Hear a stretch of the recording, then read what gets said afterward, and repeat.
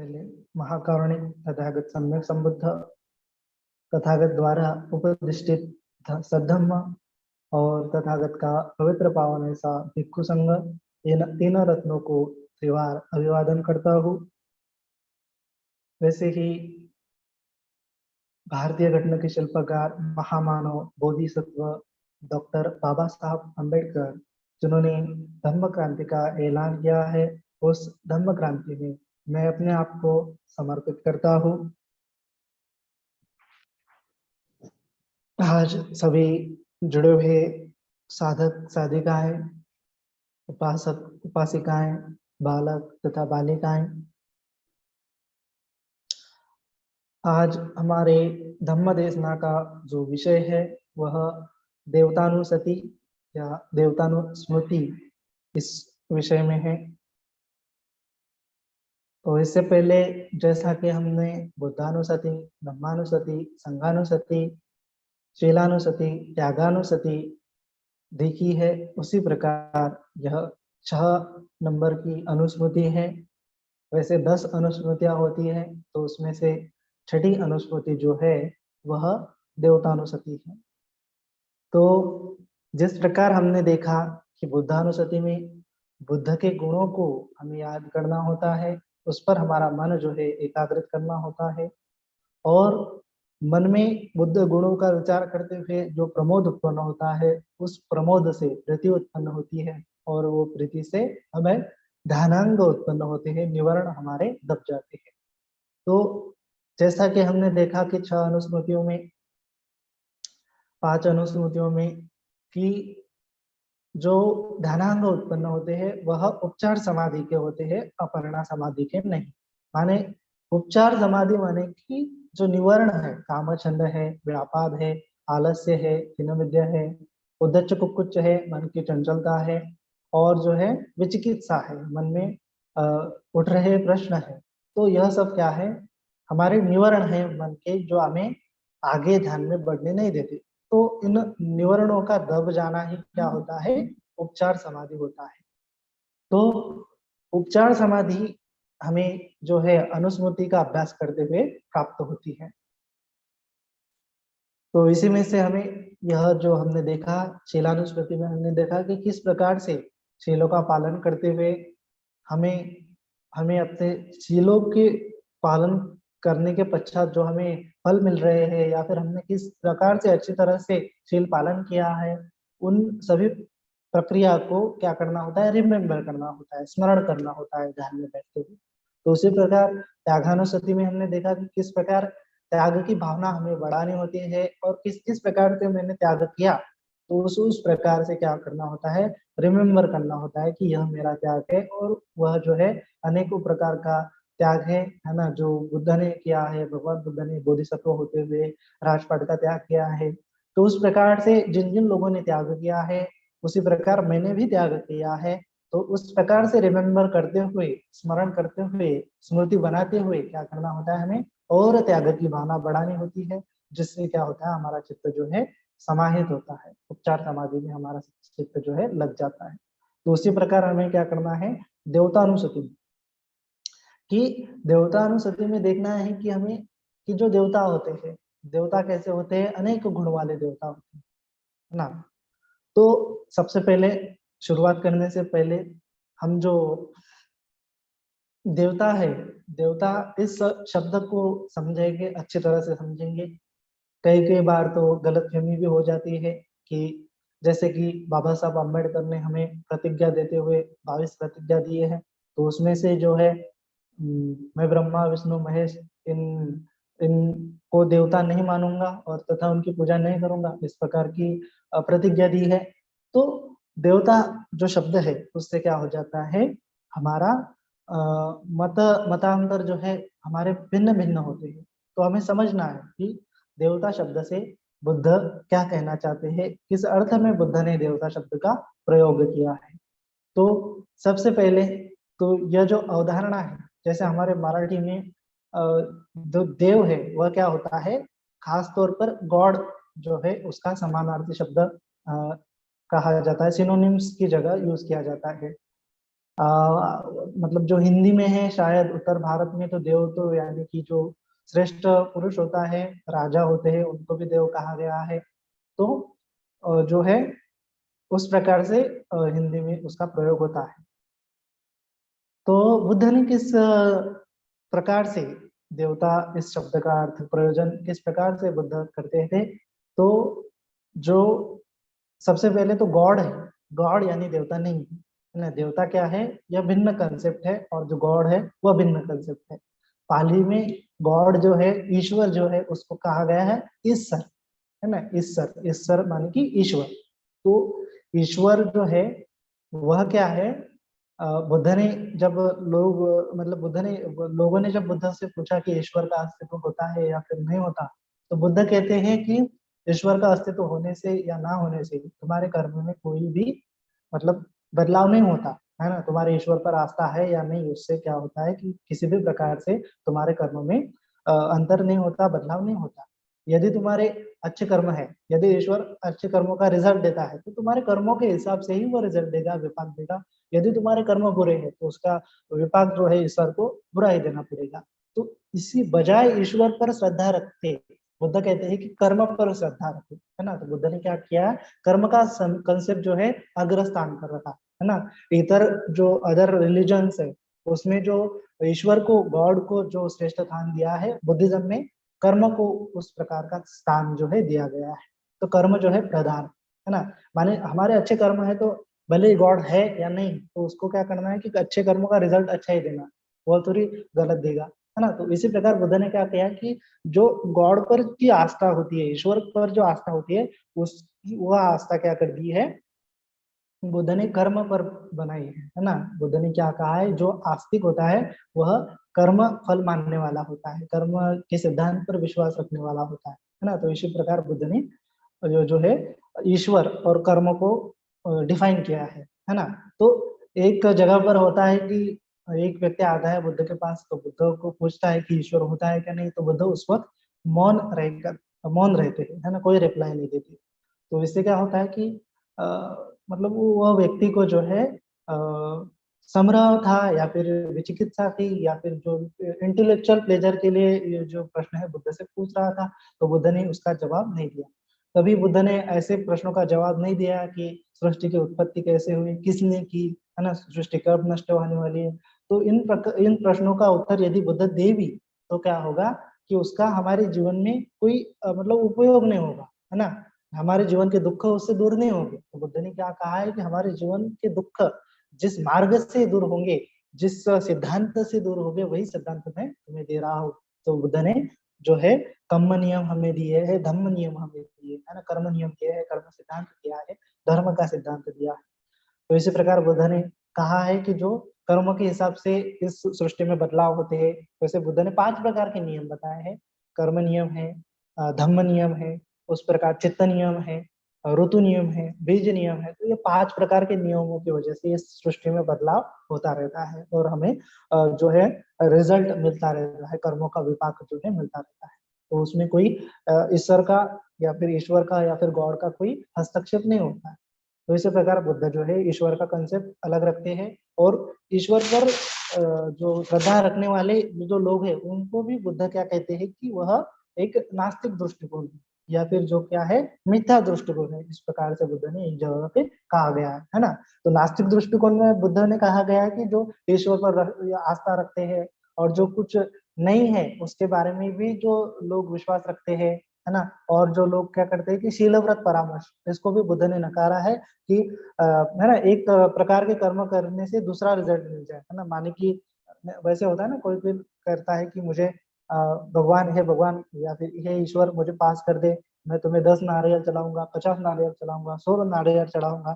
तो नारियल चढ़ाना इस प्रक्रिया से पास थोड़ी ना होंगे, तो यह क्या होगा, शील व्रत होगा। तो बुद्ध ने कहा है कि जो व्यक्ति इस शील व्रतों में पड़ जाता है, वह मिथ्या दृष्टि वाला होता है ना। तो जो ईश्वर का कंसेप्ट है वह भी क्या होता है, इस कंसेप्ट में सब आ जाता है, मिथ्या दृष्टि वाला हो जाता है ना। तो बुद्ध कहते हैं एक तरफा यह दृष्टिकोण होता है, यह नास्तिक दृष्टिकोण है, इसमें हमें कोई रिजल्ट नहीं मिलने वाला हमारे जीवन में यदि उसका इस्तेमाल करें तो।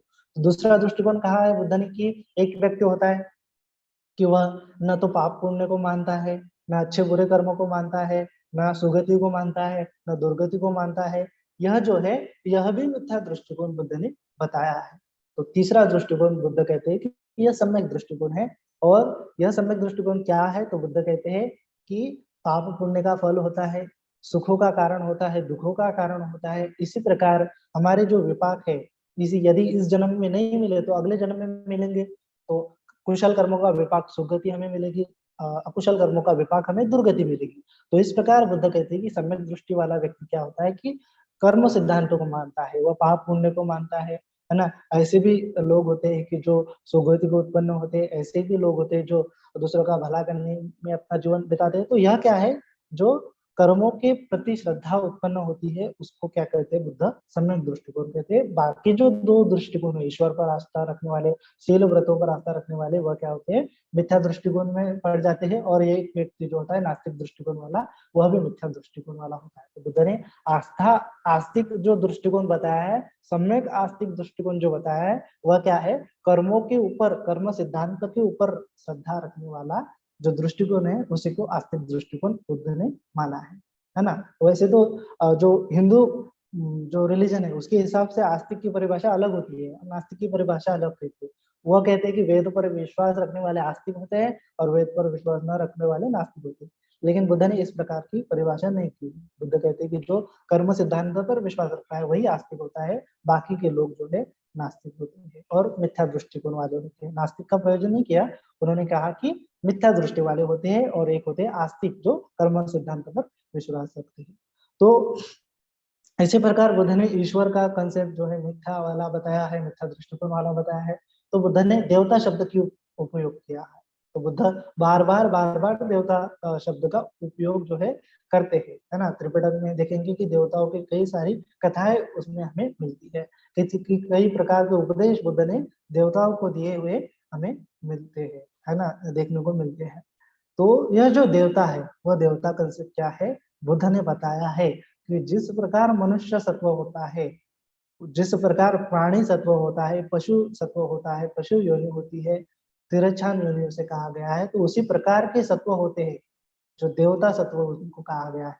देवता माने डेटीज, है ना। डेटीज, DEITIES, डेटीज बोलते हैं ना उसको। तो जो देवता शब्द जो है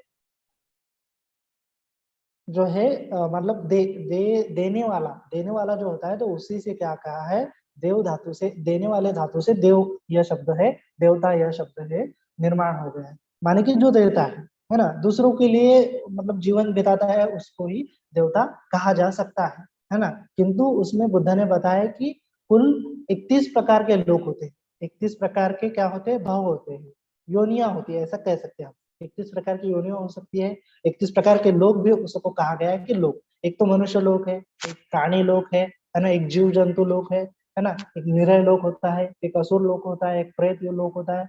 तो उस प्रकार से यह जो है 31 प्रकार के भवलोक होते हैं, बुद्ध ने कहा है। तो चार जो है अपाय गति कहा गया है, एक निरय गति होती है, दुर्गति जैसे कहते हैं ना, मनुष्य में यदि अकुशल कर्म किए तो वह मनुष्य मरने के बाद दुर्गति हो जाएगा। माने चार गति होती है उसमें। एक निरय लोक होता है, माने कि नरक लोक होता है। उसके बाद प्रेत लोक होता है। उसके बाद क्या होता है? तिरछान लोक होता है। उसके बाद असुर लोक होता है ना। तो तिरछान माने कि जो पशु पक्षी हमें दिख रहे हैं वह होते हैं। निरय में यह माने कि वो दिखता नहीं हमें, वो होता है। और प्रेत में भी क्या होता है कि जो न दिखने वाले भी सत्व होते हैं, वह जो है उनकी बॉडी जो है मतलब मैटर से नहीं बनी होती। इस प्रकार से क्या कहा है?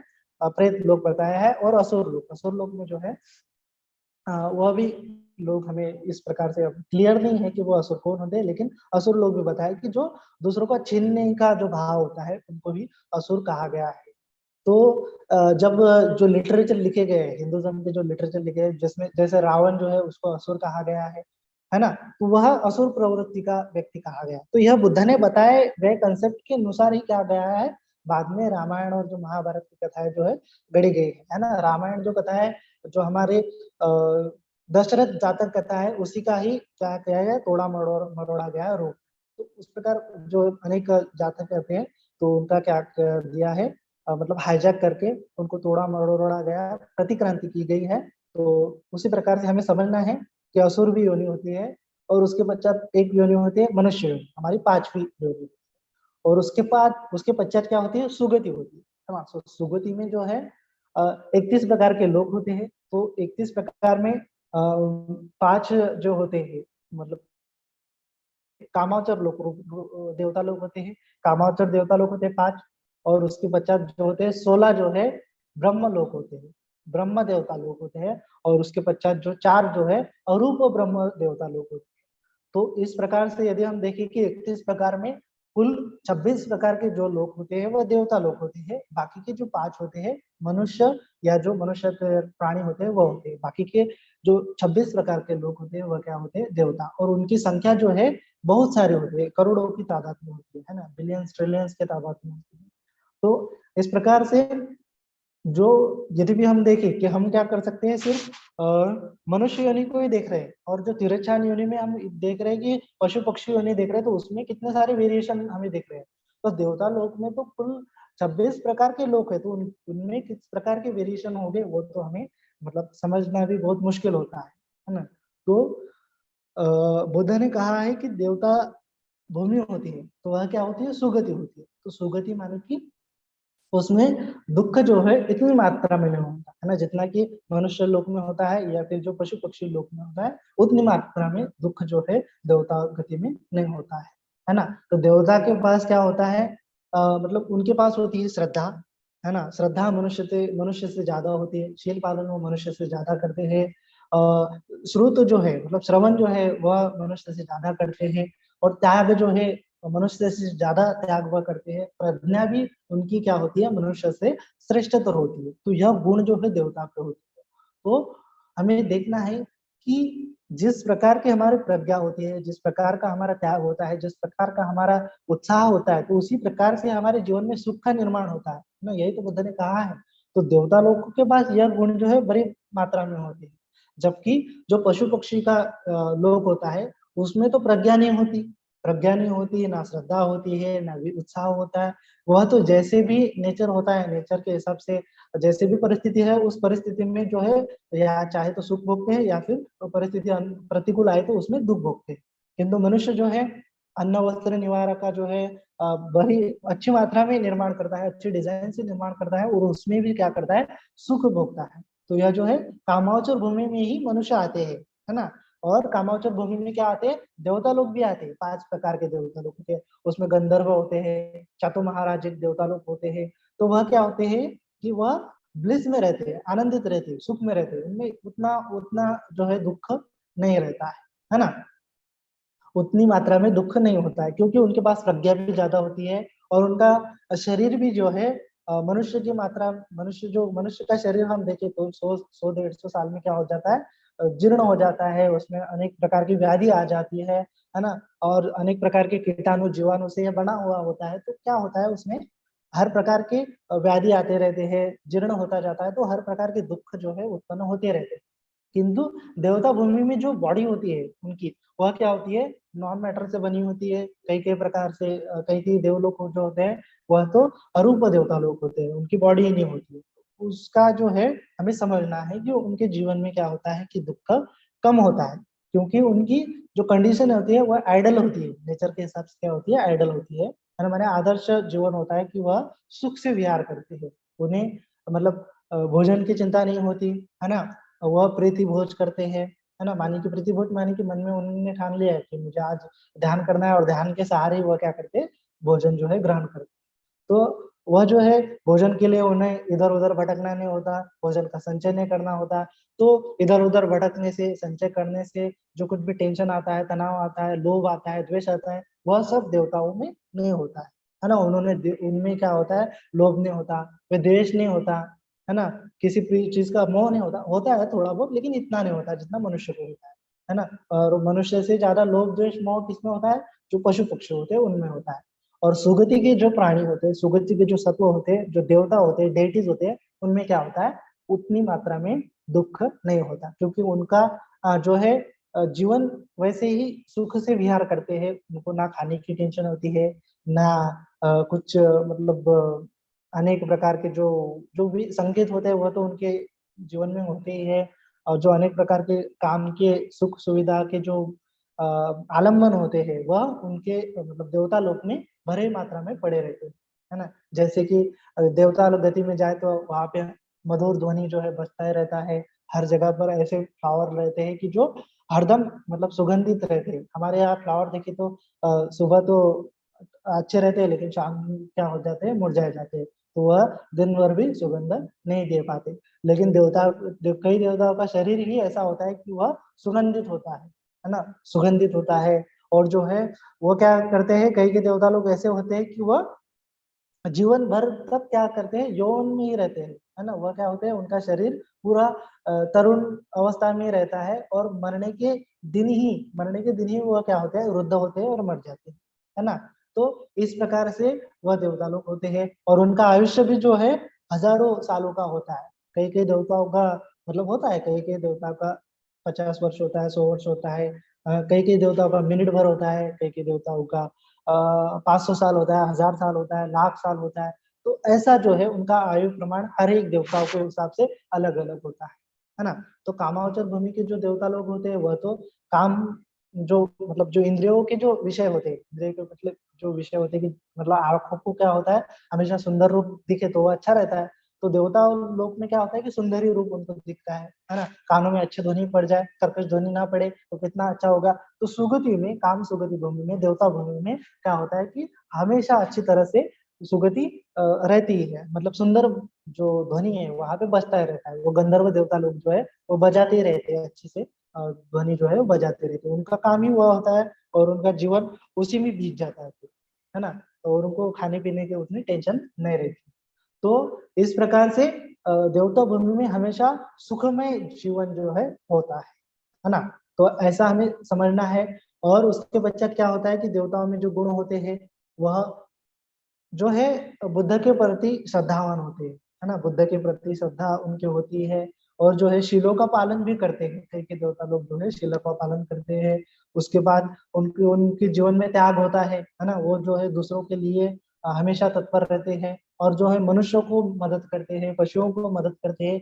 जिन जिन सत्वों को मदद की जरूरत है ना, तो उन उन सत्वों को वो देवता भूमि के लोग आके मदद करते हैं। तो उनका त्याग जो है, सेवा में लगे रहते हैं वो दूसरों की, है ना।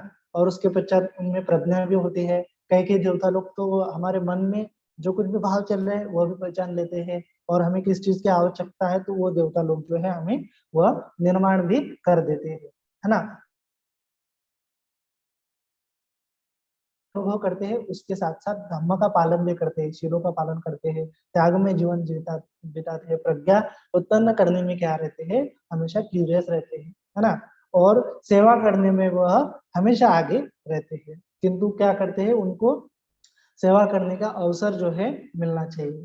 तो अ, जैसा कि हम देवताओं के बारे में देखें तो बुद्ध के जीवन में, जैसे कि बुद्ध के जीवन में शुरुआत से ही जब बुद्ध को बुद्धि ज्ञान का साक्षात्कार हो जाता है, तो बुद्ध जो है, बुद्ध के मन में ऐसा उत्पन्न होता है कि मेरा इतना गहन उपदेश, मैंने इतना गहन धम्म जो है ज्ञात किया है, वह अगर मैं लोगों को समझाऊं तो उनको समझ में नहीं आएगा।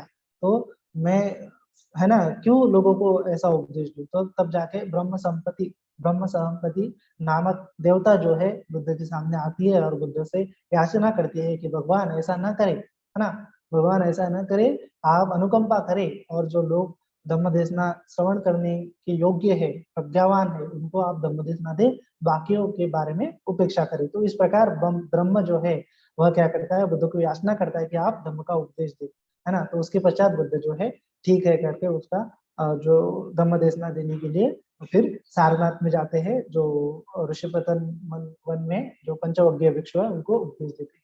तो इस प्रकार से पहला जो है अ, विचार पहला विचार जो है, ब्रह्मा जानता है बुद्ध के मन का, और जो है बुद्ध को याचना करता है। तो यह ब्रह्म क्या होता है, देवता होता है। उसके पश्चात हम देखते हैं कि जब भगवान बुद्ध को ज्ञान प्राप्त होने के बाद वो 7 सप्ताह तक बोध गया में रहे, बोधि वृक्ष के नीचे रहे, और मुचलिंदर वृक्ष के नीचे रहे, रत्नागर में रहे। तो 7 जगहों पर वो रहे। तो एक दिन क्या होता है कि 7 सप्ताह होने के बाद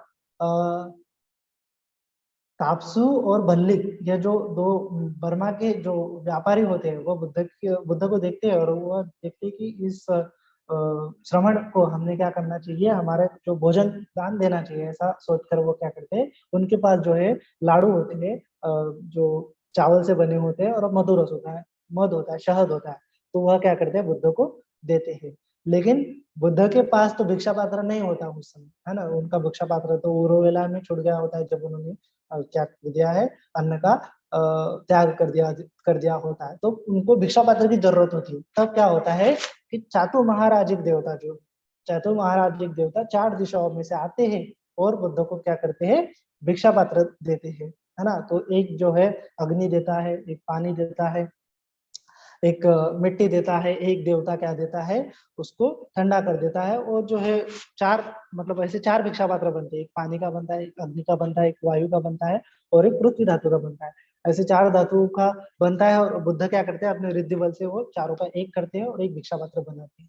तो वह भिक्षा पात्र देवता लोग जो है बुद्ध को दान देते हैं, है ना। तो वो जो देवता सत्व जो है हमेशा त्रिपिटक में आते रहते हैं, है ना। तो हमें ऐसा समझना है कि देवता जो कंसेप्ट है वह अस्तित्व में होती है, किंतु जो गॉड है वह अलग चीज है। ये देवता क्या होते हैं, मतलब उनका आयुमान भले ही 50 साल का हो, 1000 साल का हो, लाख साल का हो, किंतु आयुमान खत्म होने के बाद वह वहां से मृत्यु होने के बाद फिर से मनुष्य लोक में आते हैं, या फिर से अकुशल कर्म है तो वह क्या होते हैं, दुर्गति में जाते हैं, और फिर सुगति, मतलब फिर अच्छे कर्म करके वह सत्व क्या करता है, फिर सुगति में जाता है, फिर वहां पे काम भोग में लीन रहते, काम भोग में यदि भी लीन रहे तो वह क्या होता है, उसका दुष्कर्म होता है, और फिर वह क्या होता है, वहां से च्युत होके दुर्गति में जाता है। तो फिर जो है यह बहुत संसार ऐसा चलता रहता है ना। अच्छे कर्म करो तो सुगति में जाओगे, सुगति में भी यदि मोह से कर्म करे, राग से कर्म करे, तो फिर से वहां च्युत होके यहाँ आता है। तो इस प्रकार से 31 लोक में हम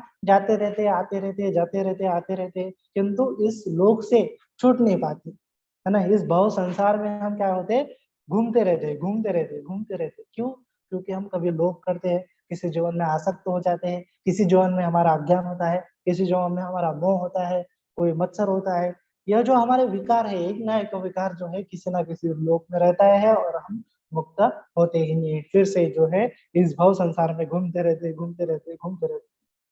तो बुद्ध कहते हैं कि हमें यह भव संसार जो है, भव संसार माने कि यह साइकिल, संसार माने कि साइकिल या चक्र है, इस लोक में उस लोक में जाने की भव, है ना, भव की जो साइकिल है, भव संसार की जो साइकिल है, हमें खंडित करनी है, हमें तोड़नी है, हमें निर्वाण का साक्षात्कार करना है। इसीलिए बुद्ध जो है अपना उपदेश देते हैं कि जो लोकोत्तर अवस्था है ना, उस लोकोत्तर अवस्था में हम जा सके, है ना। तो इसीलिए बुद्ध अपना उपदेश देते हैं कि इस लोक के परे जो अवस्था है, यानी निर्वाण की जो भूमि है, उसमें हम पदार्पण करें, है ना। इस लोक में घूमे नहीं, है ना, इस लोक का चक्र को हम खंडित करें। यह तो चलता ही रहता है, हजारों साल, लाखों साल चलता ही रहता है।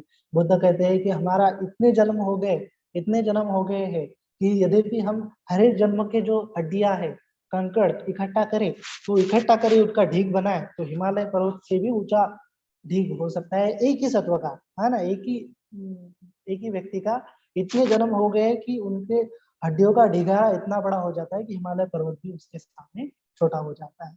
तो इसीलिए हमें क्या करना है, इस भव संसार से परे हो जाना है।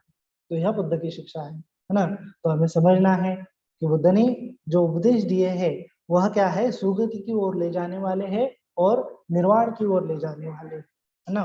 तो क्या होता है कि यदि भी हम विपස්සना करें, यदि भी हम विपස්සना करें और इसी जन्म में मनुष्य लोक में यदि भी हम क्या करें, प्रज्ञा उत्पन्न करें, पूरी तरह से हमारे जो संस्कार है, पूरे राग द्वेष मोह के जो संस्कार है, तृष्णाएं है, उसको यदि भी हम खंडित खंडित करें, तो क्या होता है, हमारा चित्त जो है निर्वाण भूमि में जाता है, लोकोत्तर भूमि में जाता है, और वहां से फिर हम इस भव संसार में कभी नहीं है उत्पन्न होते, है ना। भव संसार में उत्पन्न होने का कारण हमारी तृष्णा ही होती है। तो इसी प्रकार से बुद्ध जो है हमें उपदेश करते हैं। लेकिन क्या होता है कि कई व्यक्ति जो है, मतलब ध्यान साधना करते हैं, बड़े बड़े भिक्षु हम देखे, वृद्ध भिक्षु होते हैं, वो तो ध्यान साधना करते रहते हैं, किंतु शिलों का पालन करते रहते, किंतु वह वो ध्यान साधना करते हुए, शिलों का पालन करते हुए मर जाते हैं, उनको तो निर्वाण प्राप्त नहीं हुआ। फिर मरने के बाद उनको क्या होता है, बुद्ध कहते हैं सुगति उत्पन्न होती है, सुगति में उत्पन्न होती है ना। इन शील मतलब जो कुछ भी शील पालन किए, जो कुछ भी समाधि का अभ्यास किया, वह कभी व्यर्थ नहीं जाता, वह तो कर्म है, कुशल कर्म है, उसका विपाक उनको क्या होता है, वह दुर्गति में नहीं जाते हैं, वह सुगति में उत्पन्न होते हैं, है ना। तो सुगति में उत्पन्न होने के लिए बुद्ध ने जो है गुण बताया है। तो बुद्ध ने अनेकों जगह पर उपदेश बताया है कि हमें कैसे देवता गति में जाना है, कैसे सुगति में जाना है, कैसे लोकोत्तर भूमि में जाना है। तो बुद्ध कहते हैं कि सबसे पहले तो हम देखते हैं कि दानंद अदंत श्रद्धाय शीलं रखन्तु सर्वदा भावना व्यर्था हुंतु गच्छन्तु देवता गति।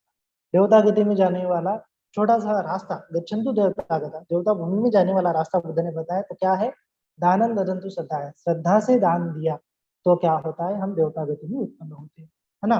तो केवल मात्र दान देने से भी हम देवता गति में उत्पन्न होते हैं, है ना।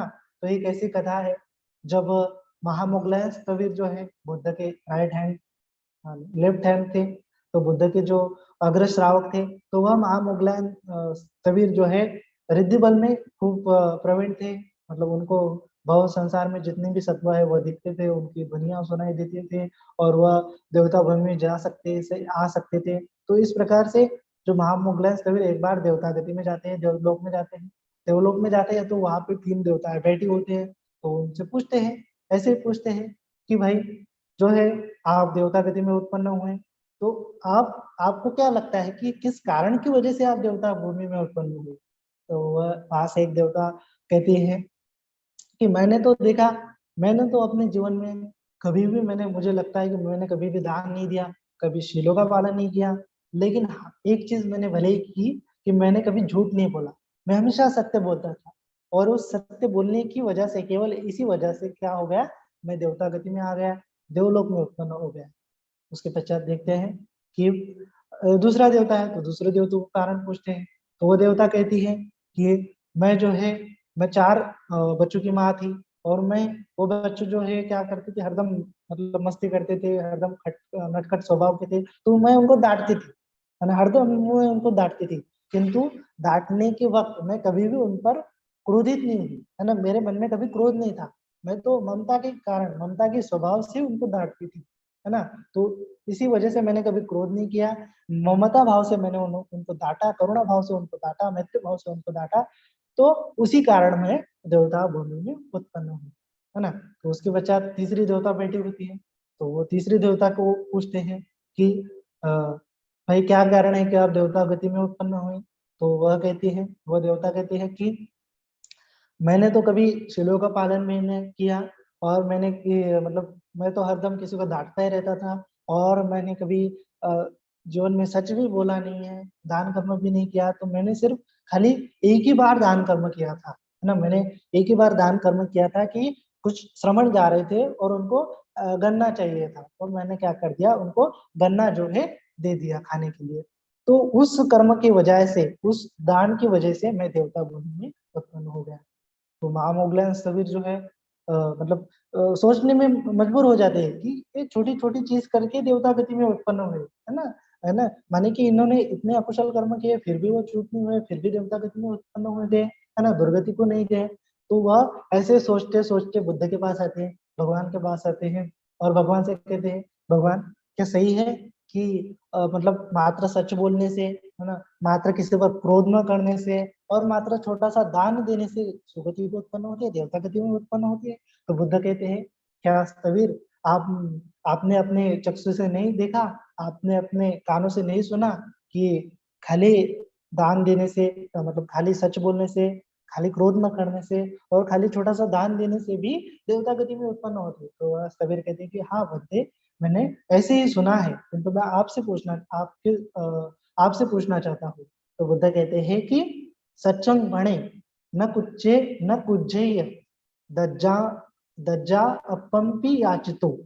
सच्चं वणे माने सच बोलने से, न कुज्जेय माने कि क्रोध न करने से, दज्जा अपम्पि याचितो, है ना, किसी ने याचना की और थोड़ा भी यदि भी हमने उनको दिया, तो एते ही तिहि ठाने ही, यह 3 ठानों की वजह से क्या होता है, गच्छे देवान संतिति, है ना, क्या होता है, देवता गति में हम उत्पन्न होते हैं। मात्र केवल सच बोलने से, मात्र केवल क्रोध न करने से, मैत्री करने से, करुणा करने से, और यदि किसी ने कुछ मांगा है आपसे तो उसको थोड़ा ही देने से क्या हो जाता है, उस कर्म की वजह से आप देवता गति में उत्पन्न होते हैं। इतना यदि भी आपने आपके जीवन में कर्म किया तो आप क्या हो सकते हैं, देवता भूमि में उत्पन्न होते हैं, देवलोक में उत्पन्न होते हैं।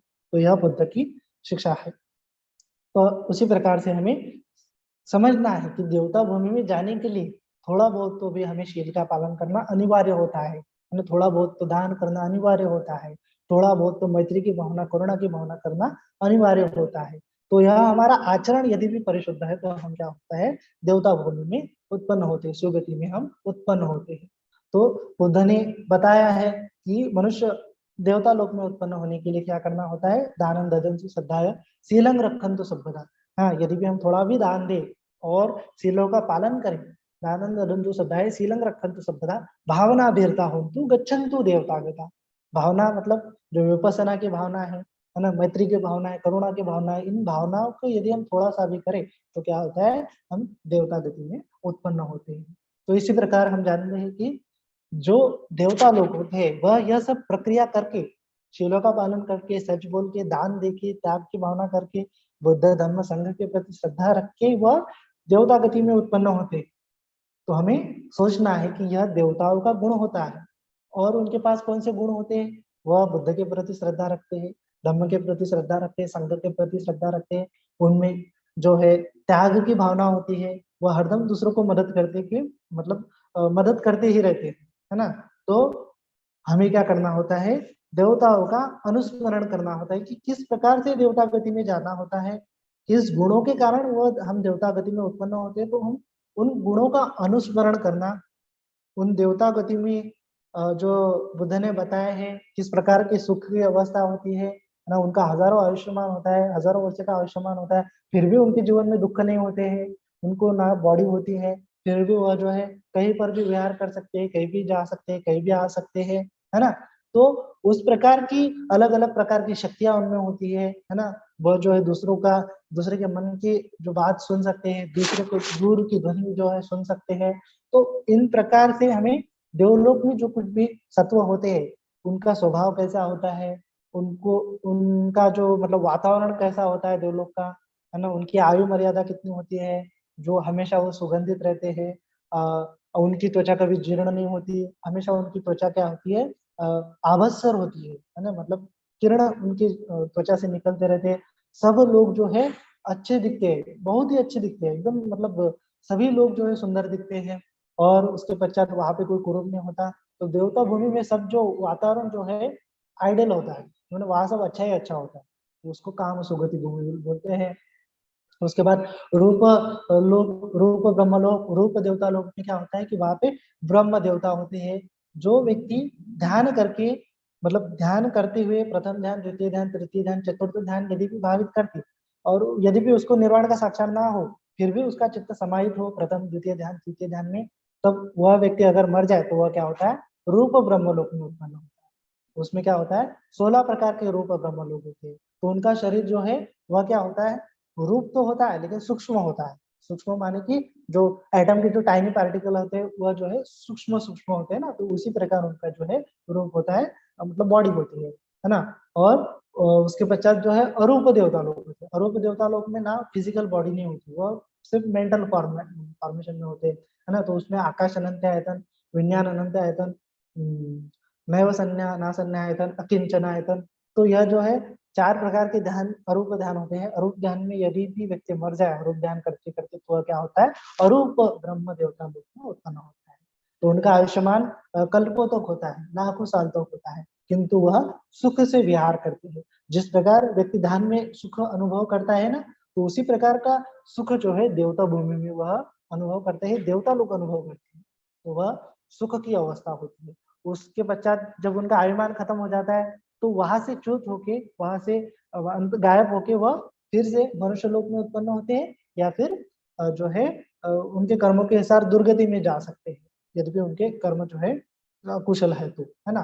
तो कर्मों का फल जो है निश्चित ही मिलता है, भले ही वो देवता गति में ना मिले, है ना, क्योंकि अकुशल कर्म भी किसी ने किए होते हैं ना, तो उन अकुशल कर्मों का रिजल्ट वहां पे नहीं मिलता, किंतु वहां से च्युत होते जाए, वहां से मरने के बाद फिर जब वह अकुशल कर्मों की वजह से ही दुर्गति में जाते हैं या फिर मनुष्य में गति में जाते हैं, मनुष्य योनि में जाते हैं, और फिर वहां पे वह दुख जो है उनके पिछले कर्मों के हिसाब से उनको मिलता है, पिछले भाव के हिसाब से, पिछले जन्मों के हिसाब से वहां इस जन्म में वहां पे मिलता है। तो हमें समझना है कि जो देवता भूमि होती है वह सुखमय होती है, भले वो काम सुख हो, फिर रूप ध्यान के सुख हो या फिर अरूप ध्यान के सुख है, उसी में जो है वह सत्व हजारों साल तक, लाखों साल तक क्या होते हैं, सुख से विहार करते हैं। तो उस प्रकार हमें सोचना है कि देवता भूमि में क्या होता है, हमेशा सुख होता है, उनके पास अनेकों प्रकार की शक्तियां होती है।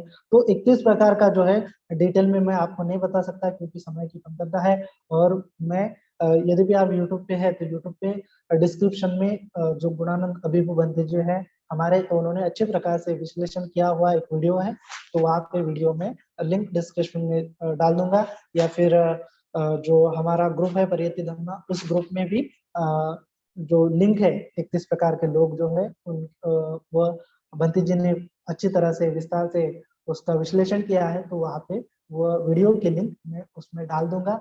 तो आपको मतलब अच्छी तरह से समझ में आ जाएगा कि किस किस भूमि में किस कितने प्रकार के देवता लोग होते हैं, है ना, कौन से देवता लोग होते हैं, उनके नाम क्या होते हैं, उनकी आयु मर्यादा क्या होती है।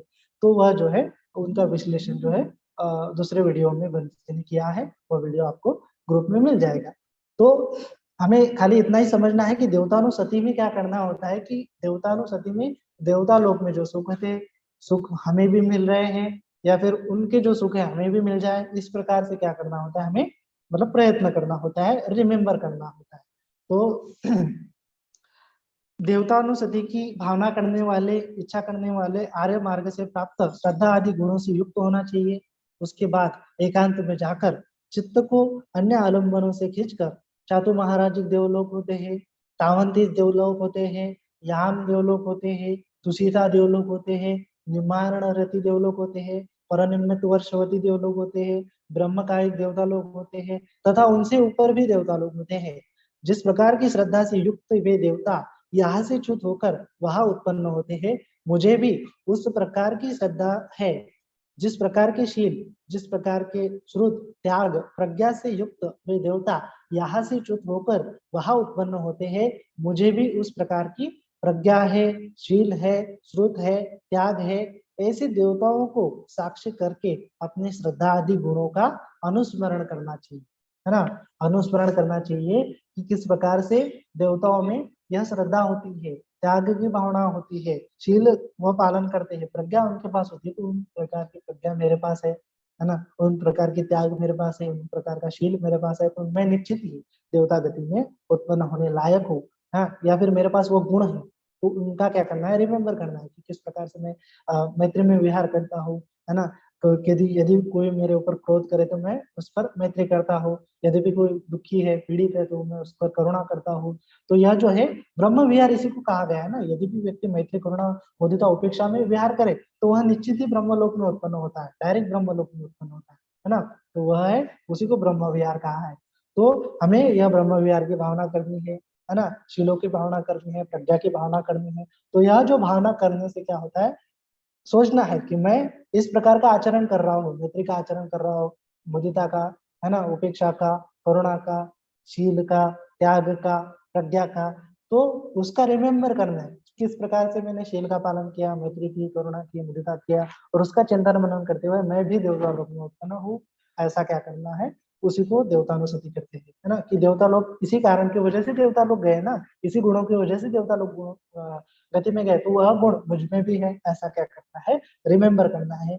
या फिर देवता भूमि का भी आप रिमेम्बर करके उसका इमेजिनेशन करके भी देवतानुसति कर सकते हैं।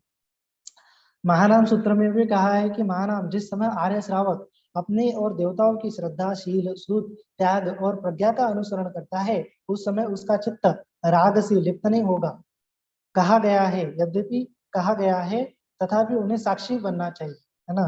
देवताओं तथा अपनी श्रद्धा आदि गुणों की समानता को प्रकट करने के लिए कहा गया, जानना चाहिए।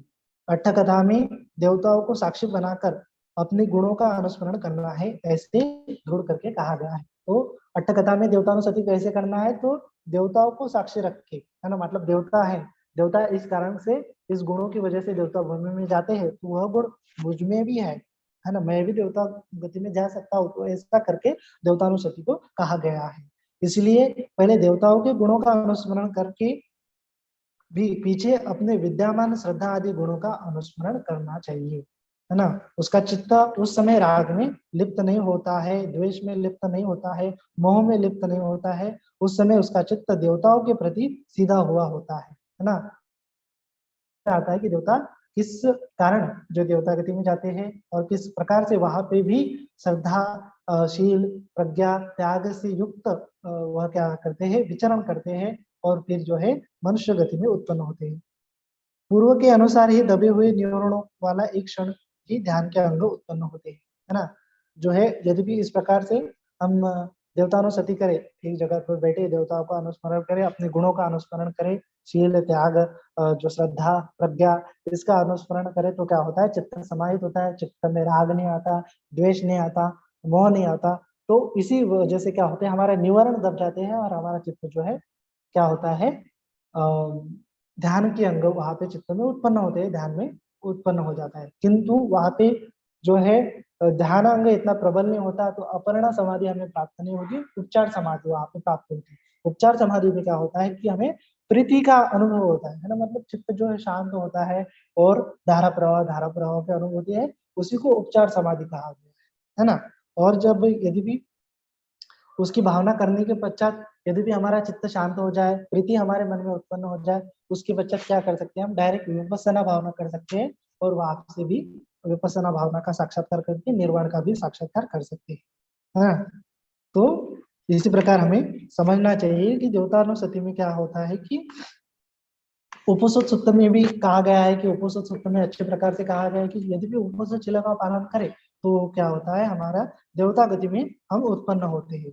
हमें विशाखा को भगवान बुद्ध ने बताया है कि उपनिषद शील पालन करने से हमें जो चक्रवर्ती सम्राट है उससे भी श्रेष्ठ सुख प्राप्त होता है। तो उससे श्रेष्ठ सुख क्या है, तो बुद्ध कहते हैं कि देवता गति में जो चातु महाराजिक देवता है, तावनसिक देवता है, तुषिता देवता है, उनका आयुष्मान हजारों साल का होता है, लाखों साल का होता है और वहां पे वो सुख से विहार करते हैं। जैसे हम ध्यान में जो सुख होता है ना, प्रीति सुख, उसी प्रकार का सुख वहां पे हजारों साल तक मिलता है। तो वह सुख जो है चक्रवर्ती सम्राट सुख के मतलब कुछ भी नहीं, चक्रवर्ती सम्राट का सुख तो कुछ भी नहीं है ना, तो जितना देवता गति का सुख है।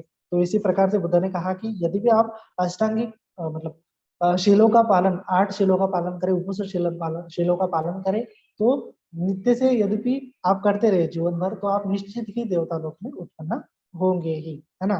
तो यह जो है हमें समझना चाहिए कि बुद्ध ने बार बार जो है देवता गति का जिक्र किया है, देवता भूमि में जो सुख है उसका जिक्र किया है ना।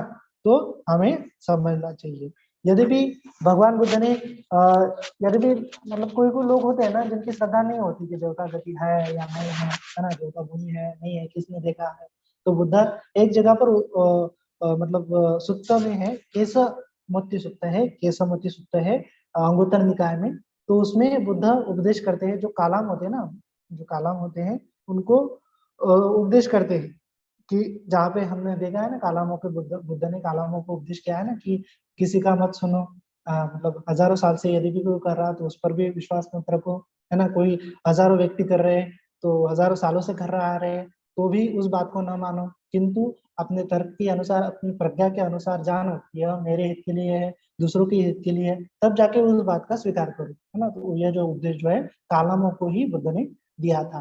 तो उसी उन्हीं कालामों को बुद्ध फिर आगे उपदेश देते हैं कि राग द्वेष मोह जो है नहीं करना चाहिए। यदि भी हम राग द्वेष मोह न करें तो हमें 4 आश्वासन मिलते हैं, 4 प्रकार के आश्वासन मिलते हैं। बुद्ध इस प्रकार कहते हैं, हे कालामो, उस प्रकार यदि भी अवैरी चित्त, है ना, चित्त में वैर नहीं है, अद्वेषी चित्त, चित्त में द्वेष नहीं है, असंक्लिष्ट चित्त, चित्त में किसी प्रकार का क्लेश नहीं है, शुद्ध चित्त, आर्य श्रावक को इसी जीवन में 4 प्रकार आश्वासन प्राप्त हो जाते हैं, है ना। जिसका चित्त अवेरी है, अद्वेषी है, असंक्लिष्ट चित्त है, शुद्ध चित्त है, उनको 4 आश्वासन प्राप्त हो जाते हैं। कौन से 4? तो वैसे होता है कि इस प्रकार के अवैरी चित्त, अद्वेषी चित्त, असंक्लिष्ट चित्त, शुद्ध चित्त आर्य श्रावक को इसी जीवन में 4 प्रकार के आश्वासन प्राप्त हो जाती है। यदि परलोक है ना, किसी किसी का विश्वास नहीं होता ना, तो बुद्ध कहते हैं यदि परलोक है, यदि सुकृत दुष्कृत फल है ना, कुशल कर्म का फल है, दुष्कर्म का फल है, तो यह होगा कि शरीर छूटने पर मरने के बाद मैं सुगति में प्राप्त होके विहरू, है ना। यदि भी वो व्यक्ति क्या हो सकता है, सुगति में प्राप्त होकर स्वर्ग लोक में पैदा हो सकता है। तो यह क्या होता है, यह उसका पहला आश्वासन होता है ना। मरने के बाद वह मतलब चित्त में द्वेष नहीं है, वैर नहीं है, चित्त शुद्ध है, तो वह क्या होता है, सुगति को उत्पन्न होता ही होता है। यह पहला आश्वासन है ना। यदि परलोक नहीं है तो, है ना, मतलब यदि किन किन लोगों का विश्वास नहीं होता, तो यदि परलोक नहीं है, यदि सुकृष्ट दुष्कृत्य फल का फल नहीं मिलता, तो जो कालाम है वह कहता है कि मैं यहाँ इसी जीवन में अवेरी होकर, अद्वेषी होकर, दुख रहित होकर, सुखी होकर विचरण करता हूँ। यह उसका दूसरा आश्वासन होता है ना। कि वह यदि भी मैं किसी भी के प्रति द्वेष नहीं करूँ, किसी के प्रति वैर न करूँ, तो वह मुझे किसी भी प्रकार का दुख इस जीवन में नहीं मिलेगा। मैं आनंद आनंद चित्त से इस जीवन को मतलब भोगूंगा, है ना, इस जीवन का, तो इस जीवन में विहार करूंगा। तो यह दूसरा आश्वासन होता है कि मैं द्वेष नहीं करूं, क्रोध नहीं करूं, वैर नहीं करूं। तो इसी इसी इसके बाद क्या होता है कि तीसरा जो आश्वासन क्या होता है कि यदि करने से किसी का बुरा होता है तो मैं किसी का बुरा नहीं सोचता। जब मैं कोई पाप कर्म नहीं करता हूँ तो मुझे दुख कैसे स्पर्श करेगा। हाँ, यदि भी कोई व्यक्ति पाप कर्म नहीं करता तो उसको दुख नहीं, मतलब दुख उसके जीवन में दुख नहीं उत्पन्न होता है। यह क्या होता है, तीसरा आश्वासन होता है। और यदि करने से किसी का बुरा नहीं होता तो मैं अपने आप दोनों दृष्टियों से विशुद्ध पाता हूँ, यह उसका चौथा आश्वासन प्राप्त होता है ना। यदि भी मैं किसी का बुरा नहीं करूँ, है ना, किसी के मेरे मन में द्वेष नहीं उत्पन्न हो, है ना, मेरा चित्त जो है शुद्ध है, तो वह क्या होगा कि मैं, मेरी दृष्टि जो है विशुद्ध है, ऐसा ही पाता हूँ, भले मुझे सुख दुख न मिले। तो यह जो है चार प्रकार के आश्वासन है। तो उसमें देवता बुद्धि का आश्वासन बुद्ध ने बताया है कि आपको परलोक है तो उसको आपको वह फल मिलेगा ही मिलेगा। और बुद्ध ने बार बार कहा है कि परलोक होता है, 31 प्रकार के लोग जो है होते हैं। तो बुद्ध ने अनेक प्रकार के मार्ग बताए हैं कि अनेक प्रकार के मार्गों से आपको क्या हो सकता है कि देवता गति में जा सकते हैं। तो सबसे पहला वो जो है हम देखते हैं कि महामंगल सूत्र है। महामंगल सूत्र में जो है भगवान बुद्ध जो है एक समय जैतवन में विहार कर रहे थे, तो वहां पे एक देवता आती है। एक देवता आती है और बुद्ध कहते हैं, बुद्ध को कहते हैं कि मैंने लाख चिंतन मनन किया, लेकिन मुझे मनुष्य के हित के लिए, देवताओं के हित के लिए कुछ मंगल कार्य है तो वह बताए, है ना। तो बुद्ध उस समय महामंगल सूत्र का उपदेश करते हैं और 38 प्रकार के 38 प्रकार के मंगल, कुशल मंगल बताते हैं कि जिनका पालन करने से क्या होता है।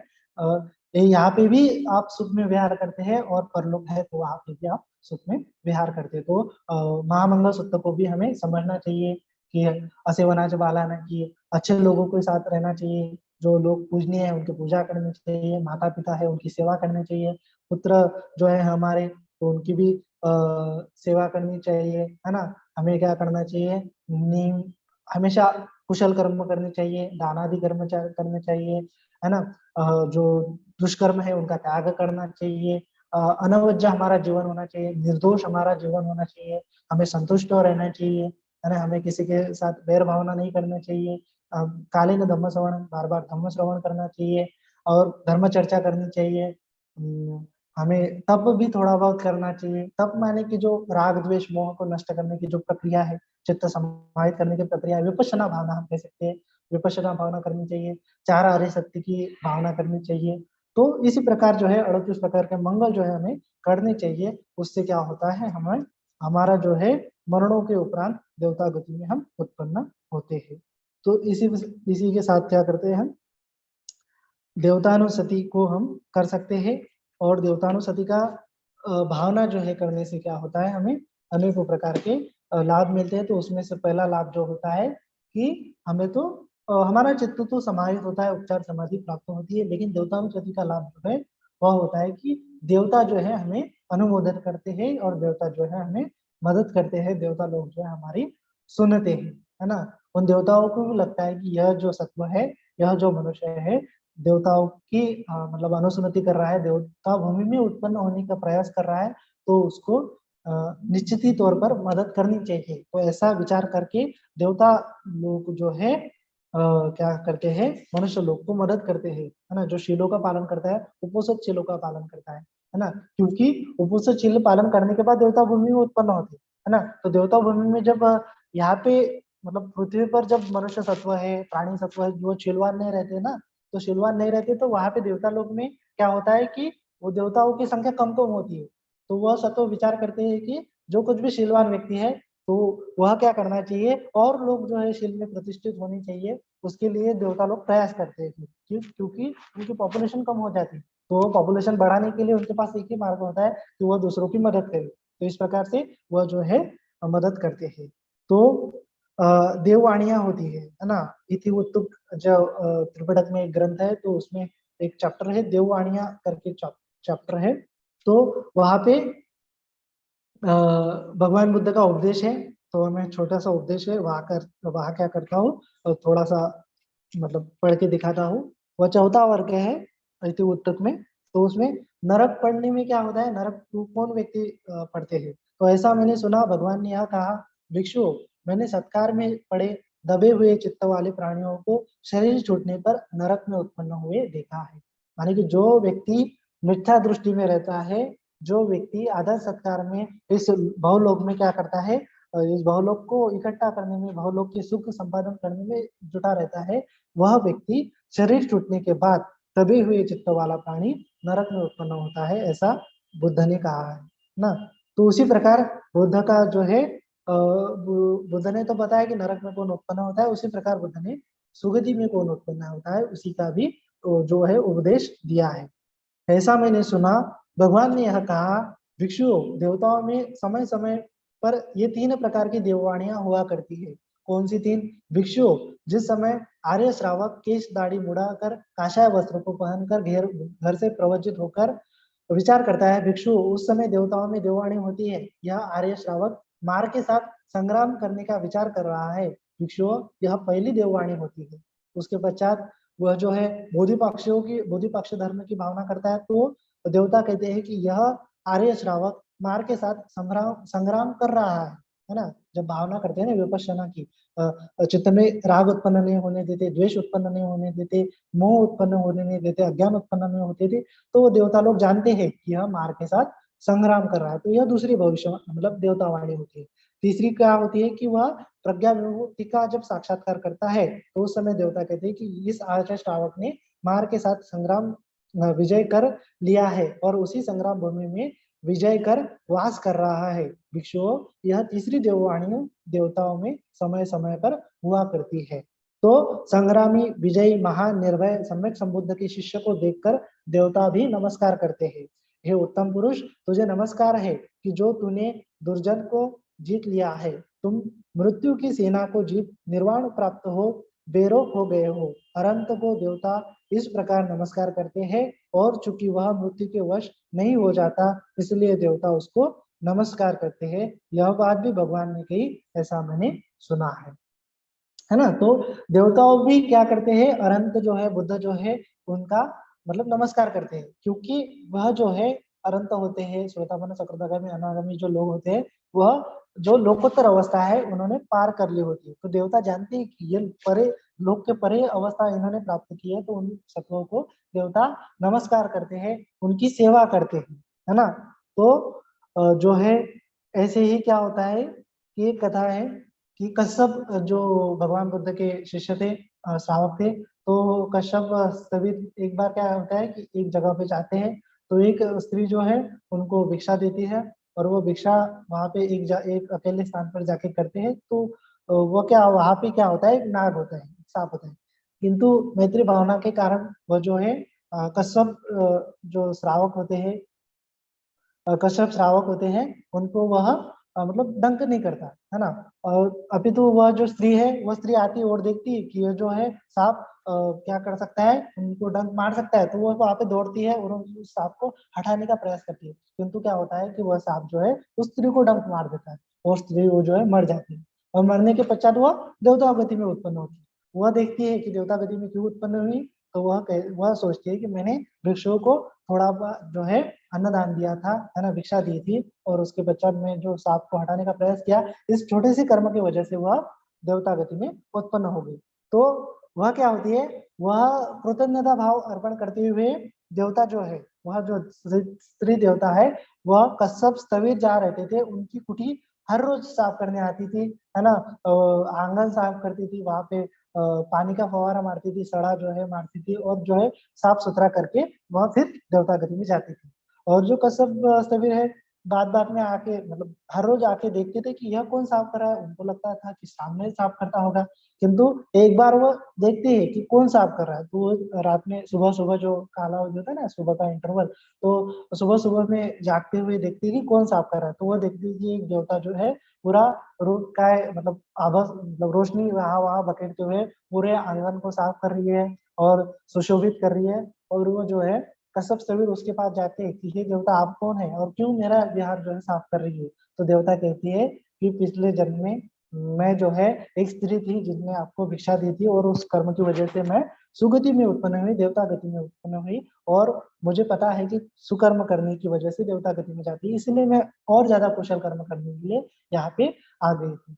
तो वह जो है देवता लोग भी क्या करते हैं, हमारी मदद करती है। इस कहानी का तात्पर्य यह होता है। तो हमें समझना चाहिए कि यदि भी हमें देवताओं से मदद लेनी है तो हमें क्या करना होता है, शीलों का पालन करना होता है और विपश्यना भावना करनी होती है, चित्त को समाहित करना होता है, तब जाके देवता लोग जो है आपो आप, है ना, उनको कहना नहीं पड़ता कि हमारी मदद करें, वो आपो आप जो है आपकी मदद करते हैं। तो इसी प्रकार से बुद्ध ने जो है देवताओं की अनुस्मृति करने को कहा है। और बुद्ध ने देवताओं को मतलब आराधना करने का हमारे मतलब बुद्धिज्म में विचार नहीं है कि देवताओं को जाओ आराधना करो। किस किस को आराधना करोगे और कौन से देवताओं का आराधना करेंगे? जिन देवताओं का आराधना करोगे वह तो उसके आयुष्य खत्म हो जाने के बाद वो तो मर जाएगा, और फिर उस देवताओं को कैसे पता चलेगा कि उसकी हम आराधना कर रहे हैं? तो बुद्ध कहते हैं कि यदि भी आप शीलों का पालन करें, चित्त एकाग्र करने की भावना करें, विपස්සना भावना करें, चित्त शुद्ध करने की भावना करें, तो देवता लोग अपने आप आपको मदद करने आएंगे, आपको पूछने की जरूरत नहीं पड़ेगी।